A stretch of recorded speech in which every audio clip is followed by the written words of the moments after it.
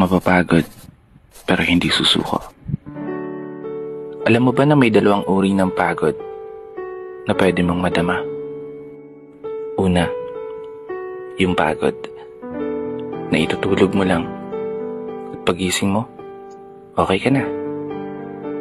Pero may isang uri ng pagod na talagang kakaiba.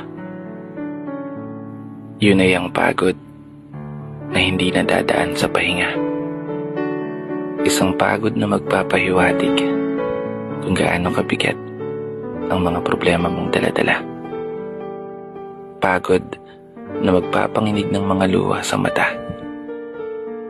Pagod na magdidikta sa'yo para sabihin ayaw mo na. Mapapatanong ka na lang talaga, saan nga ba ang direksyon ng aking mga paa? Mga paang tila pagod na sa kakahakbang. Mga paang ngimay na sa kada tapak sa baitang ng hagdan. Isang hagdan na magdadala sa akin patungo sa isang palapag na pinapangarap ko. Mapapagod, pero hindi susuko.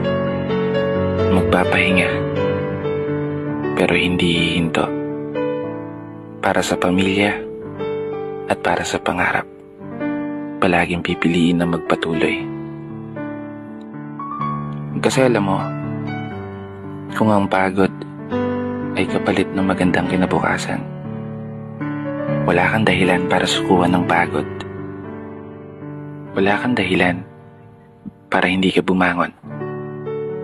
Wala kang dahilan para tuluyang magpalamon sa pagod na magbibigay sa iyo ng mga hamon at pagsubok na susukat sa iyong katatagan at kagustuhang makaahon, kagustuhang umasenso at kagustuhang magtagumpay at tuluyang makamtan yung magandang buhay na gusto mong mapasakamay.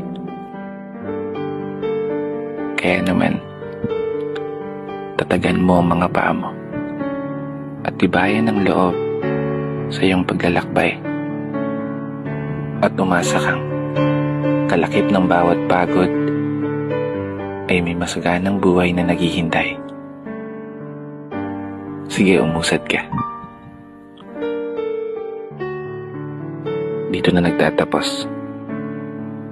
Kaya isang pagpupugay para sa lahat ng mga tao na patuloy sumasabay sa hamon ng buhay. Ako nga po pala si Brad.